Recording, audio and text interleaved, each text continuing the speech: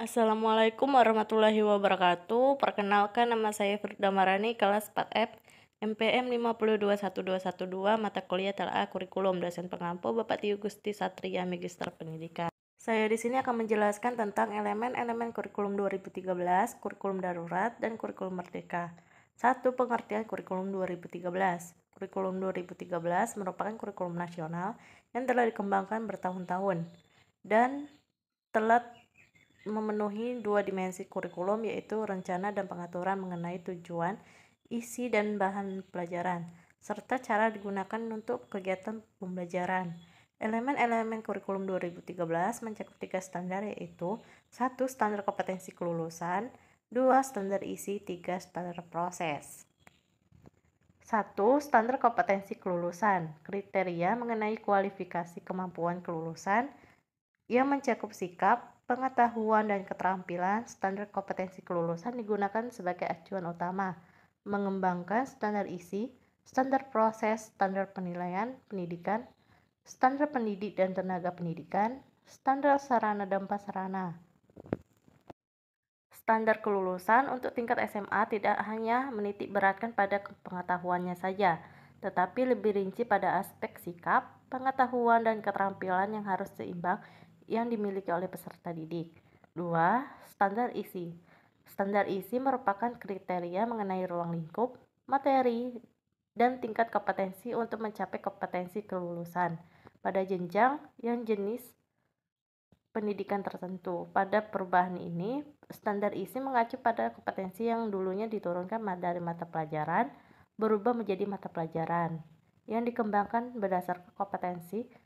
Tingkat kompetensi merupakan kriteria pencapaian kompetensi yang bersifat generik yang harus dipenuhi oleh peserta didik pada setiap tingkat kelas dalam rangka pencapaian standar kompetensi kelulusan.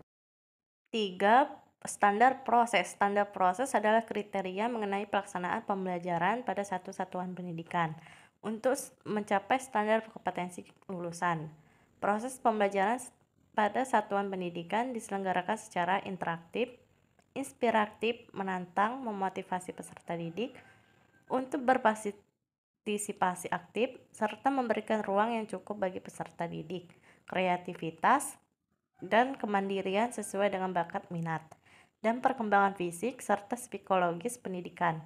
Untuk mewujudkan proses pembelajaran tersebut dengan menggunakan pendekatan saintifik, yaitu kegiatan mengamati, menanya, mengalah, menyajikan, menyimpulkan, dan mencipta. Kemendikbud juga menjelaskan bahwa beberapa perubahan dari segi standar proses dalam kurikulum 2013, antara lain kegiatan belajar tidak hanya dilakukan di dalam kelas saja, tapi belajar tetap dilakukan di lingkungan sekolah atau di lingkungan masyarakat. Guru bukan satu-satunya sumber belajar, dan sikap diajarkan secara verbal, tetapi melalui contoh dan teladan. Pengertian kurikulum darurat. 2. Kurikulum darurat. Dalam kurikulum darurat, Kemendikbud menjelaskan kompetensi dasar dikurangi secara dramatis untuk setiap mata pelajarannya. Jadi elemen kurikulum ini agar para guru bisa fokus, sehingga tidak melebar melainkan mendalam jadi lebih baik, dalam esensial, daripada tidak ada yang tuntas. Maka ini bukan membuat kurikulum menjadi tidak standar, melainkan memilih akan terfokus. Sedangkan pelaksanaan kurikulum darurat ini berlaku sampai akhir tahun ajaran. Tidak hanya memberikan modul untuk pengajaran, tetapi juga memberikan paket asesmen diagnostik bagi guru yang menjalankan kurikulum darurat. Jadi guru dapat mendiagnosis. Asesmen dilakukan di semua kelas secara berkala untuk mendiagnosis kondisi kognitif dan non-kognitif siswa sebagai dampak pembelajaran jarak jauh. Elemen-elemen kurikulum darurat. 1. Standar kompetensi kelulusan. Kegiatan pembelajaran kurikulum darurat tetap mengacu pada kurikulum 2013 dengan pendekatan saintifik.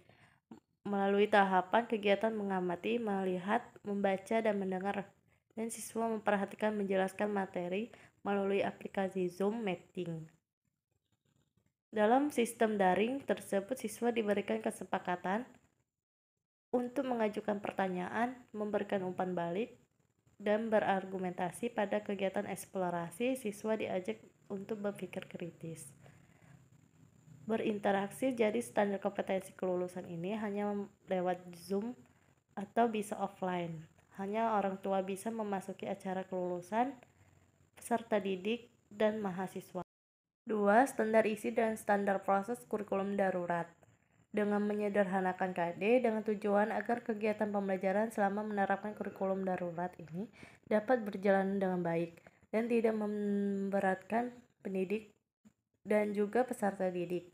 Langkah kedua adalah pembuatan penyusunan modul alat pendidik agar materi pembelajaran dapat mudah dipahami peserta didik. Langkah ketiga adalah penyusunan RPP dan KD yang telah disederhanakan. Langkah keempat adalah melaksanakan pelatihan penggunaan.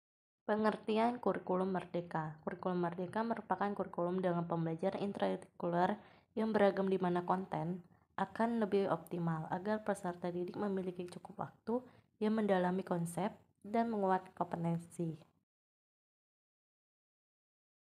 1. Standar kompetensi kelulusan. Standar kompetensi kelulusan adalah kriteria minimal tentang kesatuan sikap, keterampilan, dan pengetahuan yang menunjukkan capaian kemampuan peserta didik dari hasil pembelajarannya pada akhir jenjang pendidikan. 2. Standar proses. Pada pelaksanaannya, guru lebih memiliki keleluasaan dalam memilih perangkat pengajar sehingga proses pembelajaran dapat disesuaikan dengan kebutuhan proses pembelajarannya, mengacu pada pendekatan bakat dan minat. Artinya, para peserta didik bisa memilih pelajaran apa saja yang diinginkan sesuai dengan bakat dan minatnya.